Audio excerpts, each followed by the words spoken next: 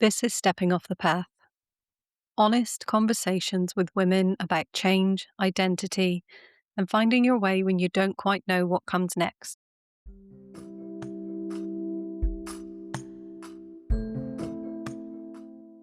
Welcome to Stepping Off the Path. I am thrilled to be speaking with Melissa Scialfa today. She is a high performance and leadership coach for women. She has spent over 25 years leading in Fortune 100 companies. She's worked for some of the biggest names out there. And Melissa, I'd love it if you could introduce yourself and just tell us a bit more about what led you into that role and that work.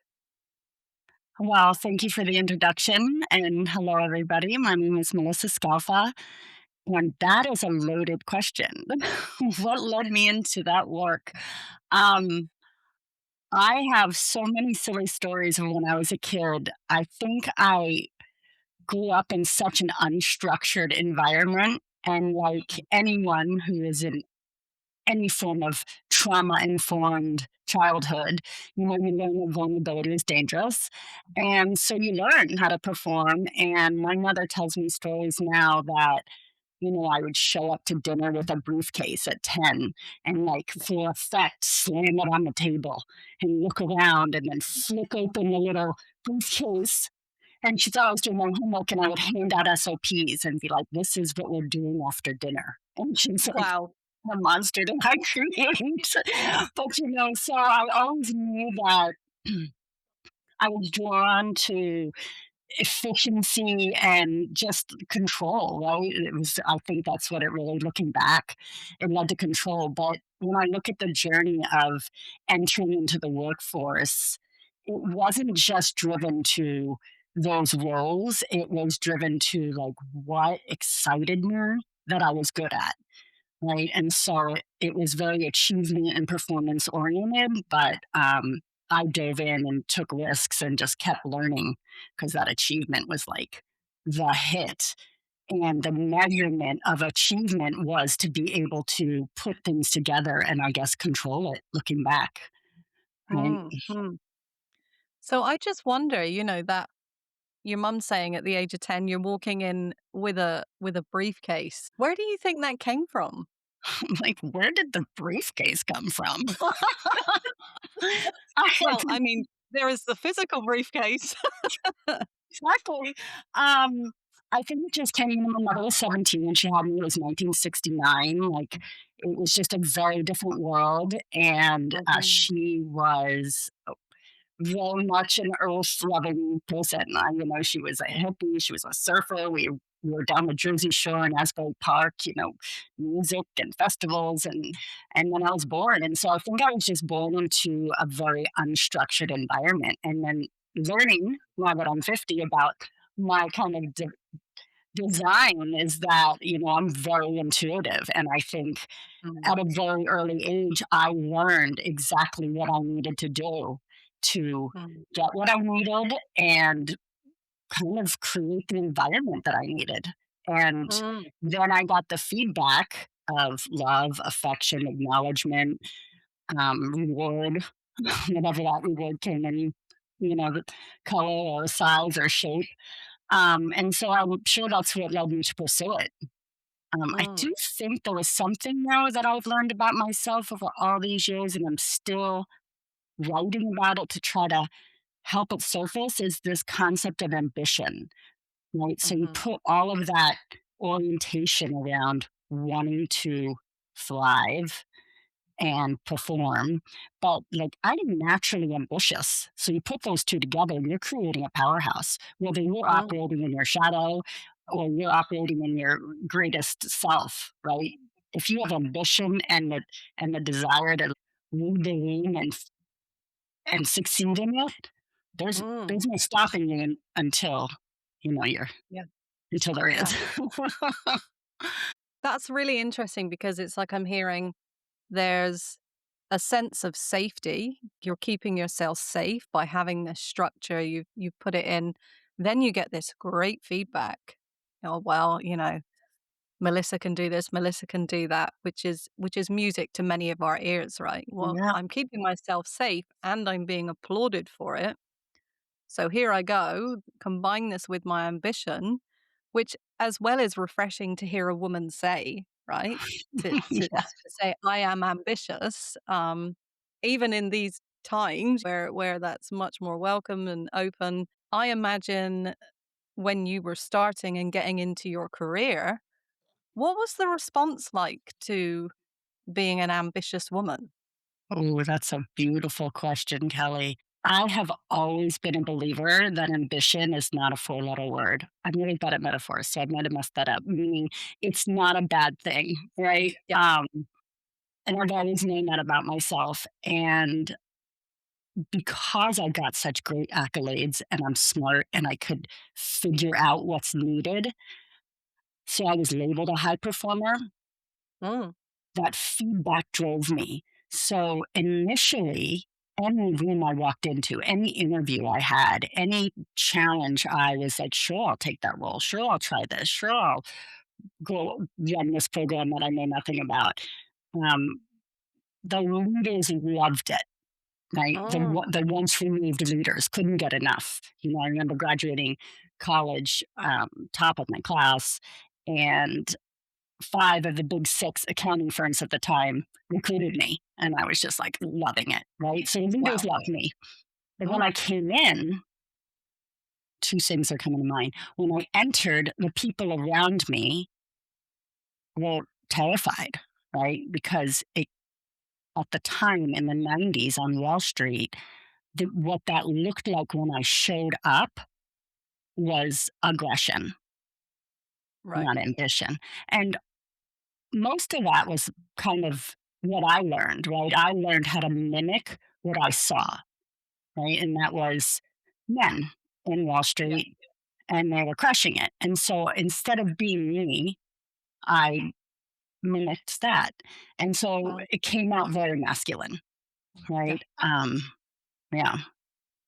Did that answer your question? I think I kind of Yeah, went no, on. no, you did. Yeah. I think it's interesting. I think, like you say, the leaders loved it because you can come in. I mean, even hearing you say, "Yeah, I don't know what that is, but I'll come in and do it."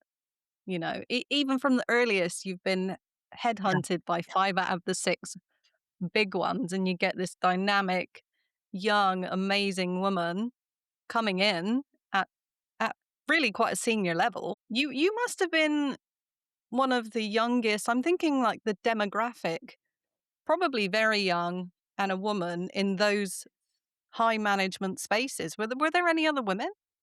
Yeah, there was. And funnily enough, as I'm researching my brain as we're talking, they were very similar, right? It was a very Right. similar kind of boilerplate woman of that generation. And I Mm, think they agreed for that. It was a very gritty, life taught, smart, ambitious woman. Those were mm, my peers, right? yeah. When you were recruited into those companies, how did it go? What was the flow like for you? I never applied for a role ever in my career. I've always been into the third or headhunters or whatever. And the people that interviewed me first, they would always be like, "Whoa!" Right? Because I was great, great responder, and but I think there was always like this extended period of needing to bring in as many leaders to make sure. And looking back, now I know there was something there that they might have scared them, or I don't know if you've ever not been on your game and talked with someone or interviewed someone, and instead of like being curious and thinking about them, you're thinking about yourself and like, oh my God, can I lead this Mm, person? Can I? And I look back and I see that because I was assertive, right? I mm, was excited and I was assertive and I wasn't fearless. I was just courageous because that achievement hit was my driver, right? I was like, yeah, I could do this. And I knew the next hit. It was mm, an addiction. And mm, so um I would just get in there. And interestingly enough, I never was interviewed or brought into a role that was operational. I was known for like the turnaround or crisis, startup or crisis person come in and we'll change our organization, or we're outsourcing, or we're globalizing, or we're changing our entire leadership team, whatever happened. And that was Mhm. kind of my fit. And it was Yeah. wonderful because it fed me for a long time until E somewhere in my 40s when I started to look for a different yeah. feel inside. But yeah, Even when you're saying that, it's like there is an excitement, right? This is not small fry. yeah, This is we need you to come in and save the day. yeah. You know, It's there's yeah. I love that you're seeing that because I have no idea how this is landing, right? Because we can only perceive what's inside of us. Mhm, And I think this was part of my thing is that I come across, I was confident, I knew what I wanted, but I was trained that way. I trained mhm, myself that way since childhood, right? yeah, And so I know how to present. But Kelly, that imposter inside me was mhm, a bully. And I think yeah, that was part of the driver, right? And so the louder yeah, she was, and I had no idea how to put her in the back seat and tell her not to touch the nav yet, right? I mean, she mhm, was right there in the front seat with me. The louder she was, the more she's like, would amp me up. And then I would be more and more and more assertive and get into my yeah, masculine. Because being yeah, in any sort of intuition or trusting yourself or just being me, like I was mhm, like a no bueno. I would never show up like that. yeah, So yeah, it was an interesting ride. I had a beautiful, wonderful, exciting career. I learned a lot. I was constantly finding the next. Every to 18 months, I was changing jobs or moving or being relocated, which was really great from a career mm, perspective. But there's this little thing called life. yeah, Getting where you are, having good relationships, making good choices, investing in your surroundings. All of that was like, I don't know. I think I just figured it would, when I was ready, it would appear. Like yes, maybe I just wasn't ready or I'm not deserving of it. And mm. so I would just do what I was good at because that felt good. You know what I think you explained really well there, and it's really helpful, I think, for lots of people listening and their understanding of imposter syndrome and how it presents.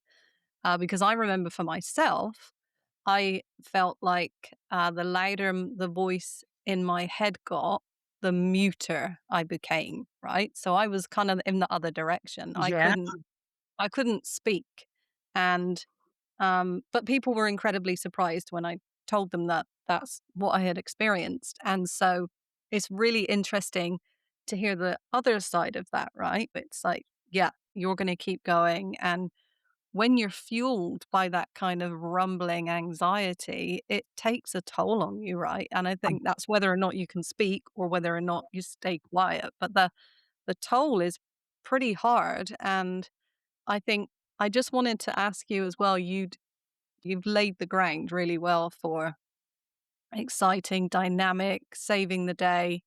But you explained in one of your articles that you had been headhunted by a major company at senior vice principal level, and they got you on a Teams call to introduce you to everyone, and you faked a coughing fit. Can you explain? Can you explain what that was about? I love this story now that it's so far away. And I just remember my leader looking at me like, what are you doing? No, it, I, I was terrified inside. And of course, I knew I could do the job. And of course, I knew how to say, hi, my name's Melissa Scalfa. Here's what I'm been hired to do. I'm really excited. I mean, it was nothing. But by then, I had built, gosh, I was like 42, and I Mm, had built such a shaky foundation and let my bully imposter lead for so long that I feel like it was almost like I started to become transparent. Like I felt because I started realizing how broken things were inside, I thought other people could see that. And so when my leader asked me to introduce myself, that question didn't mean to me just saying your name while you're here. It was so deep, like inside, that I was thinking probably, "Why? I don't know why I'm here." Right? And I think Yeah. that was just the beginning in my early 40s like that, where the universe was shaking me. I got away with it. I coughed, but man, I spent the next year in that job avoiding that type of confrontation, which obviously is not great for my role, the way I positioned Mm. myself. But I just became more and more transparent. That's the word I was looking for in what I saw in myself, Yeah. which m- which meant my armor started cracking. Right, my armor and my ability to read the room and suit up appropriately. Mm. Mm. Does that make sense? Oh, totally. And I just want to honor that and acknowledge that because I really understand that feeling of not wanting to being to for somebody to see you properly. I Yeah. remember saying that I was scared to look them in the eye because I thought they'd see how rubbish I was. Yes. Yes. What a horrible feeling. Yeah. You know, I don't know if you how you feel that happened, but I created that because my safety was performance and wearing a million masks. I was like Mm. consummate performer to the Mm. point where I didn't know who I was, right? And so I Yeah. created that because it's isolating. So when something's wrong and you're in that situation and you start to spiral inside, no matter who I talk to, the voice and the words I was using to explain not feeling great about myself or starting to crumble, nobody heard with the intensity with which I was feeling them, Mm. which Mm. just makes the decline more intense. Oh, oh, does it ever? And I wonder, you say you got through, or you were able to fake it enough. And you had also said you talked about something called borrowed power. Yeah. And I'm really curious about what that actually felt like when you were living inside of it. Borrowed power to me means there is an element of performance that we can teach ourselves and have the energy for some sustained period of time. But like cortisol and all the things that stress you out and what it does to your body, we're not meant to live in that state, right? And so you're borrowing that power. Teenagers, you can do that all day long. Like that's what you're doing. You're learning how to ebb and flow and do I fit here and do I not fit here? I'm stressed and I feel good with this group. That's all natural. Then you get in your 20s. You're still doing it. Your 30s, you're really borrowing your 40s. Man, your body you gotta be in supreme condition for your body to handle that, right? And Mhm. if you're not somehow nurturing or feeding your soul and your mind, d you're done. And so that borrowed power started to feel like it was crumbling, and I didn't even know what I was borrowing. What I felt was like when I started to lose that control, especially in that job, and I started really feeling just crappy inside. I don't even think that's an appropriate word. It's like so much worse than that. But Mm. what happened was that the skills that I had used to overcome that feeling were no longer available. They weren't producing the same response, Right. right? And that's the definition of crazy. You just keep trying the same thing, or you keep trying to solve the same problem from the same mindset. And that's when borrowed power is like, nah.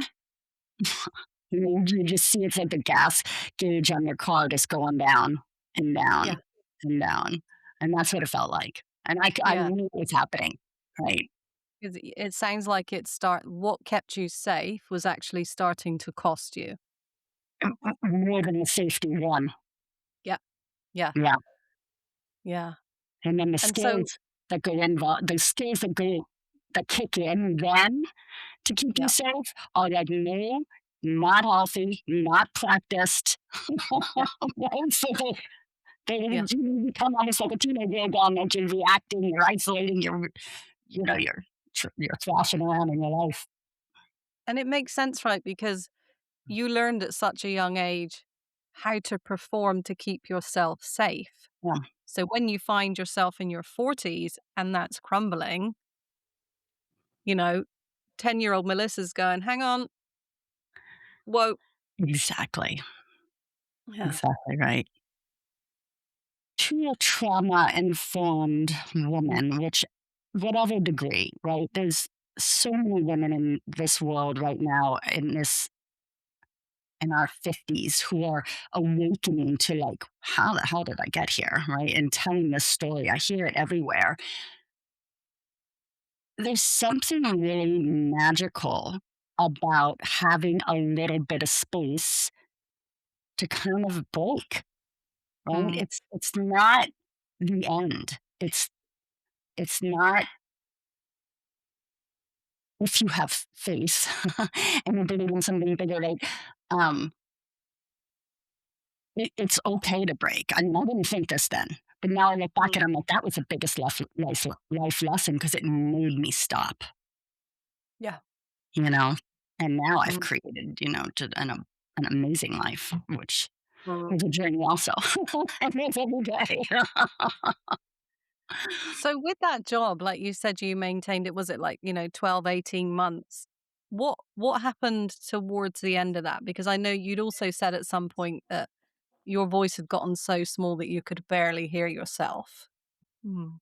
Yeah, so fast forward, I stayed in that job for about 3.5 years, and then got recruited to another job, at a biopharma, and I just loved it. But I also, in my personal life, because my work wasn't feeding my achievement, and I was in my 40s and wasn't married, um, I got into a relationship that I had no business being in. And so now I started to achieve and perform in every area of my life. Like, I'm going to prove myself in this relationship. I want to be a mom. So I got involved with someone's children, and I wanted this. So it was like all of a sudden I started lashing out, which only eroded me more and more and more. And the cycle continues, obviously. You learn about yourself, but it, it becomes harder and harder to be satisfied. And then I ended up working for the company that we will not name, that starts with an N. Mhm, um, and I had really, this was during COVID, and I'd really taken time to start to get myself straight. I went to therapy. I really, when you sit alone in your home for a year and you don't have anything to, keep your mm, mind active, you learn about yourself. And so I learned a lot about myself. And so I promised myself, big drum talk with my bully. I learned all sorts of stuff. We're going out west. We're going to take this role. It was like 4 months interviewing. It was going to be an amazing, like, new startup, really hard role. And I got out there, and it was a very senior position, and it was a very toxic environment.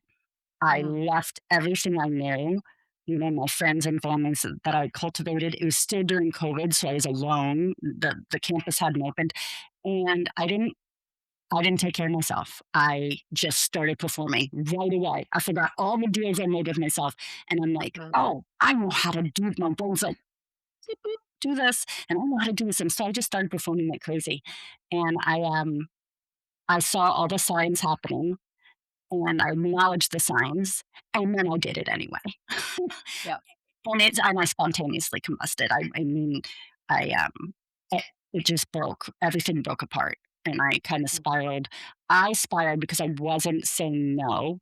I wasn't removing myself from unhealthy, situations. I knew it was toxic. I was trying to beat it. I was trying to control it.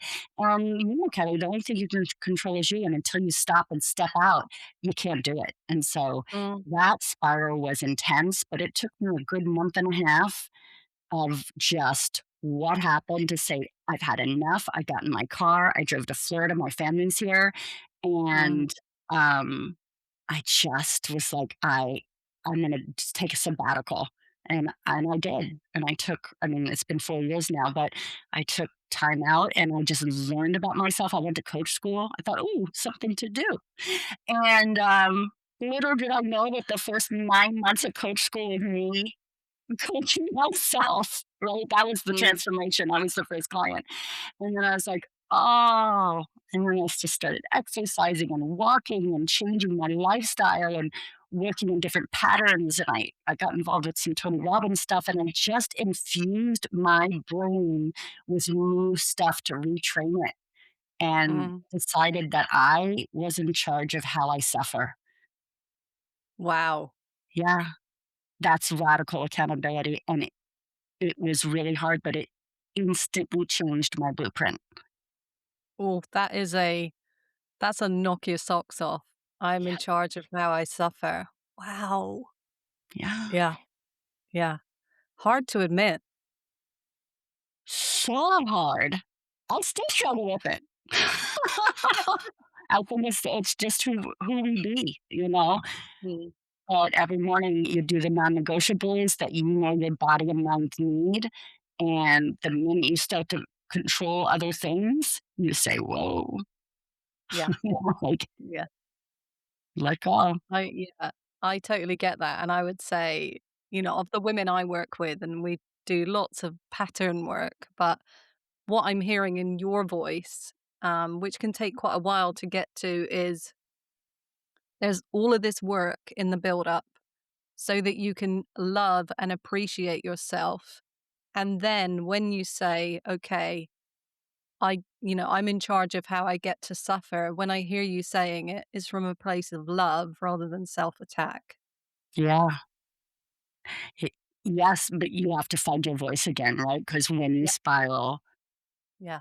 you find that bucket of self-loathing Mm, that mm, you never nurtured. Your voice is gone. And it's so easy to be like, when is it my turn? Why me? What why? But when you find the voice underneath your armor, her, she helps you take that armor off, mm, right? mm, And then you explore all the goodness of life. And you have to invest in that. I had to invest in that. I had to invest in like, where is my inner power, my inner authority, right? What's going to mm. fuel that? Yeah. And literally learn how to have a voice again. Yeah. Because that, you talked about as well hitting the wall. And however any of us hit the wall, and it seems to be so common, it's painful, right? And deciding to move back to Florida and leaving the massive company that you'd worked in, what was that like? Um, I'm a strange one, right? I survived. I grew up in chaos, Yeah. so the chaos felt good for me. It's when I have to settle down and be operational that I start to panic, right? So the move, I was like, "Oh, I know how to do this. I'm moving." But when I got here, it was terrifying. I used to never even use that word. It was not a word I ever allowed in my vocabulary. I had attributed it to being a victim, which God forbid I was a victim. Little did I realize I was a victim of my own thinking my whole life. But it was terrifying to wake up and feel that way at this age. And, there's so many things you can tell yourself, and there's so many patterns. I love that word that you just use. I use it for everything that I coach in. There's so many default patterns that we have under stress. And that stress can look like shutting down and staying put, or that stress can look like running 3,400 miles back to a new place and trying to find yourself at 50, right? Yeah. It can come out of anything. And so it, it looks, it looks amazing when you figure out it's a pattern. I don't know about you, but I love when I can figure something out. I may not be able to fit it as a puzzle piece inside my soul yet, but when I can hold it, I'm like, oh, I can do Mm, something with this. yeah. Right. And Yeah. that's when I got coaches and mentors or whatever, I did and friends to say, like, help me. Like, let's process this puzzle piece and Yeah. what do I do? And so, Yeah. like I said earlier, I, I think I think it was interesting. I don't even remember how I fell into it, but I learned that moving my body saved my life. Like getting up in the morning, I walk 3 miles a day, sometimes four, depending on my chihuahua's little legs, if you can handle it. And that in itself is a miracle to me, right? Mm. I go to the gym, but I don't love it. I want to love it, but I don't. But it's just moving my body because it changes your your brain. Moving Yeah. your physiology, it disrupts the pattern, Yeah. right? And then I can own it because I can say, look, am I acting? Um, my brand name is Uncaged. That's kind of like what I want to do is like, ladies, let's uncage and like live this amazing, vibrant life with the gorgeous person you are inside. And so if I started doing something and I was not uncaged, I would be like, I gotta go take a walk. I gotta go uncage myself right now. And that's why I Yeah. was like, okay, well, it doesn't have to be perfect. I just gotta free my brain because you're not in charge. Thank you, Billy. Get the earphones on, get in the back seat, and don't touch the effing nav ever Yeah. again. Right? Yeah. And Yeah. like thinking my mantras. I've heard in what you've explained as, independent Melissa going through it, ambitious, hitting the wall and coming back. I totally get the process is fine because that's a simple thing to do. I've just got to move. But when you get there, you're still you. Um, but like hearing that you were able to ask for help. Like, how was it asking for help? I didn't even know what I was asking for. Mm, Learning how to trust yourself. I mean, if anybody's listening and relates to this, I want to say, like, it is normal to not know how to trust yourself when you are running on borrowed power and you are performing because mm, you're not being yourself, so you haven't learned. yep. And that's like raising a teenager. Like I said, when you send them off to college, you hope the best thing you can do is influence them to learn how to trust their decision making. So I had to learn how to trust, and that is magical when you do it. But Mm, it takes an awareness, and it is normal. It is okay. Of course, I don't trust myself in this. What do I need right now in this situation to feel safe? yep. Mentally, emotionally safe. Mm, Not just physically, but like that can come in all shapes and sizes. And that's the magical gift. When you find that and then you take accountability to go to that even when you don't feel like it. Do yeah. you know what I mean? Yeah. Yeah. One of my mentors would talk about action before motivation. So Yes. you just gotta, you know, Yeah. um, and with everything you explained, I love also that you talk about midlife as not being a crisis but a recalibration. And what does that actually look like when you're living through it? Like you've explained some of it, but what does it look like for you? It is a gift. I think it's a mindset because the universe is going to poke at us no matter what, right? We have so many beliefs from our culture that have taught us midlife is a change, right? It's a shift. You lose the ability to have a baby. You get, I don't know about in your culture, but in our culture, there's a my generation especially, like a lot of people get divorced and the men go with someone younger, right? There's this whole thing about getting older. Um, Mhm. us- but there's something really magical about having a mindset that I am magical, Mm. right? And I think this is part of my recalibration and awakening is I know I got great energy, right? And I know I'm smart and I know that I've done all the successful things. I also know that watching me from afar was probably like a little bit like watching a car wreck. But also, I knew how to have fun. I lived life hard. I just kept going. And so for me right now, when I'm talking to my clients or I'm sharing in a seminar, it's about like that vitality, because thinking that's gone, you will train your brain to feel like it's gone. And then you see everything through that lens. And especially when the stakes are high, your brain's like, here's your lens, and we're going to see it. But if you can train yourself to be like, wait a minute, look at everything I went through. I am 50. I am fabulous. Right? Mm, I mean, we're sexy. We know so much. We've been through so much. And the best part is we give so many less, I'm from New York, offs. Right? Like, uh, uh, yeah.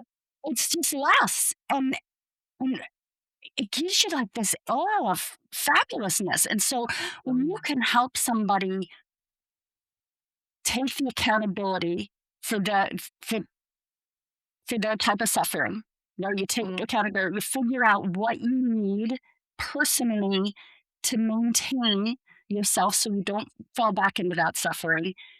And then you explore what else is out there and you explore how it feels and you explore the magic of your voice and connection and the gift that it is to be this old and have that much experience and all that's in front of us. Like,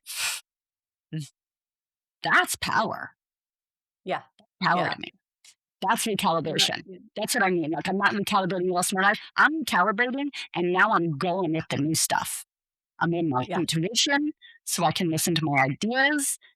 I'm I'm enjoying life. I'm living in the moment, and I'm going to work hard for the rest of my life because I am naturally ambitious, and it is okay. Yeah. Yeah. And exciting. And I've used this word to describe you a few times, Melissa, but you are magnetic and it beams out of you. You can hear it in your voice. And there is so much joy in what you're sharing. I can't help but sit here and smile. But what I'm thinking is if there's someone listening and they recognize themselves in what you've shared, where do they even begin? I I think the first place is grace. I Mm, I didn't even know what that word meant, and as a matter of fact, that word used to offend me. A, I didn't know what it meant, and B, I thought it was weak. But it is gorgeous. It is a gorgeous word because the minute you give yourself grace, it's like a different light comes on. It's like your office light or video cast light, mm, And if you can start there, and the first thing I did, I swear, for 3 weeks when I lost that job, I sat on that couch and I'm like, what does Melissa need? And I worked on grace. And it was just to allow myself to realize I'm okay. I don't have to know the next step. I know I'm hurting. I know I'm confused, but um, I, I'm here for a reason, right? And give yourself that grace. And then there's a whole slew of steps, and then it's about like, okay, what's next? One step. It's not like you look at the if you ever looked at a bunch of mountains and you're like, oh, I want to go to that one. You never get there. And there's like 45 of them to cross. And, yeah, and you're not going to know the path because you can't even see what's beyond the first 20. mhm, You just need to know the next step.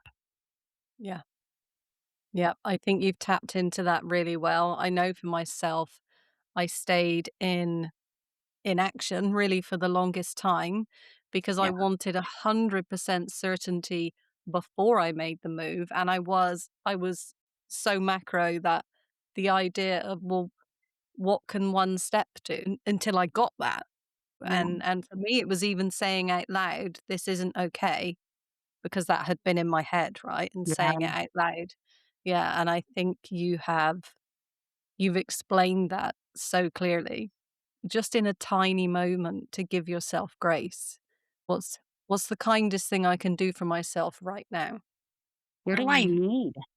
Like, it yeah, is okay to need something, and if it's a yeah, bowl of ice cream, to watch yeah, a stupid movie, because really what's happening in that type of mm, breaking moment, it's not you at 50 or 40 or 60 or whatever you're feeling this. It is the kid in you that you left broken yeah, to survive.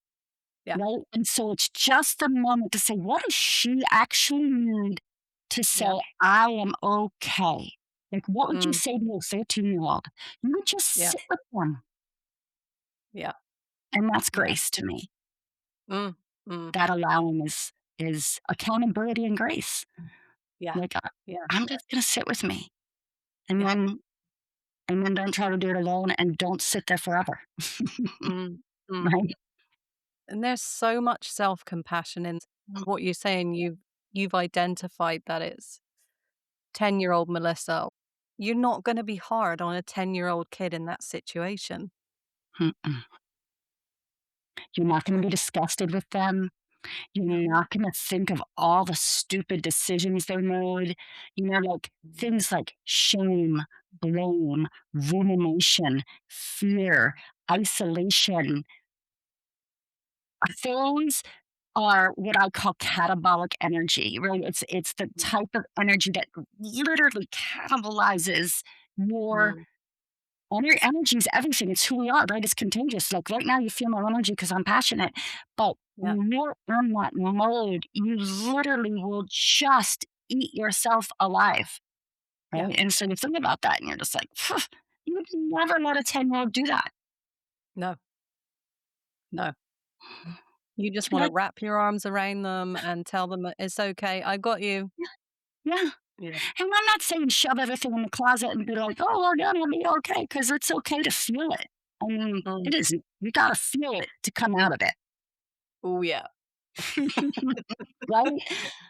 But Yeah, it's such a transformational time in our history for our generation because it's just like such a gift for us Gen X women, especially who have just grown up trying to do all things to all people at all yeah, times while yeah. pretending you're a man because that's all we knew was to mimic it.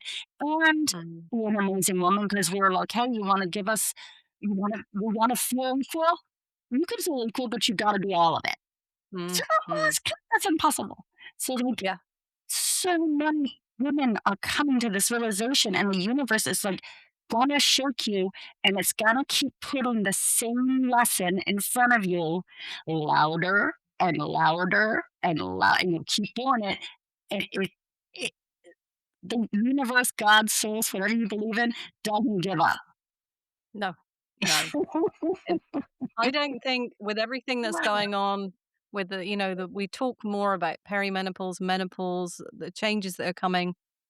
I don't think it's odd that Gen X women are hitting those points at the same time. Right, Yeah, right. yeah, It's a massive coming together. It's yeah, beautiful. It can be beautiful too. I mean, it's hard. All that's hard, but there's a shedding. There's a yeah, transformation happening in that, and yeah, there's a freedom in it. absolutely. And like you say, you do just get to that point where you have 0 Fs to give, right? You stop having to perform for others. Yeah. So what do you think your life would look like today if you hadn't made the changes? Oh God, that's a beautiful question. And there's a little bit of me that's performing right now, so it's hard for me to go back into that. But I, d- I don't know that I'd be alive. When I tell you Right. I hit bottom in 2016. uh, I really hit, and there was so much I never dealt with or acknowledged that. it overwhelmed me, and I did not have the skills Mm. to deal with it. So God helped me. Even though I Yeah. ghosted God for 30 years, I was so pissed off. God still, I recognize now that my universe, God's source helped me. So, I mean, that's an extreme case, but had I even not adjusted since that, in the past 5 or 6 years, I I would be empty. I would be a shell. I had no personality. When you're in a group and people are like, "We're gonna do an icebreaker." That's where I want to start the coughing fit too. Because I was like, I don't Yeah. write in this book. I don't remember my hobby. Mm. Two truths and a lie. Did you ever do that one? I was like, I'm just gonna get my nails and make one episode. Sounds cool. Oh, I had a fabulous life, but I was a shell of a person. So I Mm. would be lonely. I wouldn't have relationships. I would never in a million years be coaching or on this podcast. Do you know what I Wow. mean? I just wouldn't. Yeah. I I doubted myself and I didn't know who I was. And that just is gonna self perpetuate because that's the energy. You just go Yeah. deeper and deeper Yeah. and ugh, Yeah. no Yeah. way. Yeah.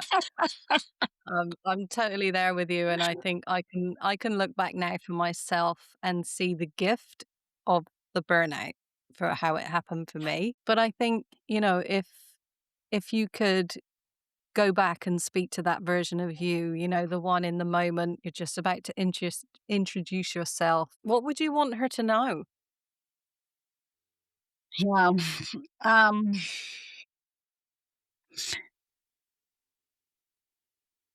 I think that if you find yourself chasing something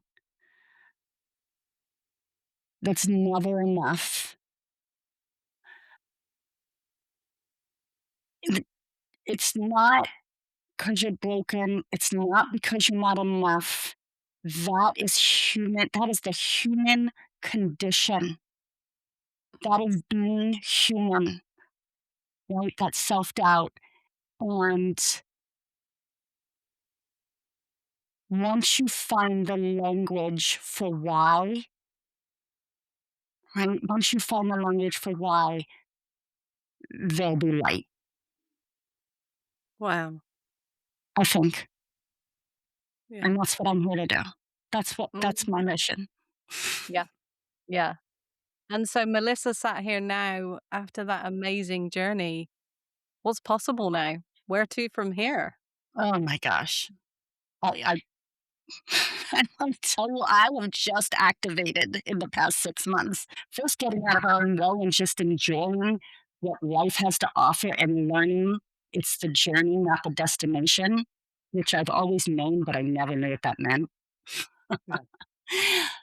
Once you find that, then you start to break your upper limits. That thing that human nature keeps you at that, Yeah. between here and here, and you will self sabotage. Anything's possible. Anything you want. I mean, I'm in a this is crazy. I'm in a loving relationship where I'm allowing someone to love me. I mean, I'm 50. I've been lying about it for so long. I'm 56 years old, and this is the first time I have genuinely allowed that. I've loved with all my heart, but I've Mm. never allowed it back because I didn't love her. So, like, Oh, if that's possible, that, that's just like a miracle. wow. Yeah, it's cool. Yeah, it's beautiful because you finally realized how worthy you are and deserving of love, and you can receive it. Yeah, yeah, Wow. That's amazing. And I am so thankful that you've come and shared your journey and your story with us. I'm in awe of what you've done, and I think is so inspirational and going to be so helpful for women who feel that there isn't a way forward from where they yeah. currently are. So, Thank you. Where can we find you, Melissa? Where should we look for you? And I will share your information in the Oh, show notes as well. thank you. Yeah, I think the best place for me at this point is Substack, right? Because Yep. it's just easy to find me. It's just my name at Substack, and the work I do, I have an easy entry in is I do a energy leadership assessment, which is helping you measure that energy. It's not personality test, but it's like what energy do you resonate at an everyday kind of life, um, and what happens to you, what are those patterns when you're stressed, because then you have the language for the why, and then you can start working on those patterns. Like Wow. it is a magical, magical assessment. And I feel like that's a great entry point because it helps um, me get to know my clients and helps them get to know me. And then it, it really opens their eyes and then, choose your own adventure. And thank you so much, Melissa. I have really enjoyed speaking to you. Thank you, Kelly. Me too. Thank you very much.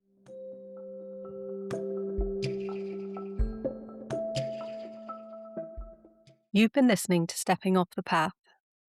And what stayed with me in this conversation with Melissa is just how easy it is to build a life around performance and how hard it can be to hear your own voice underneath it all. If that resonates, you're in the right place. Thanks for being here.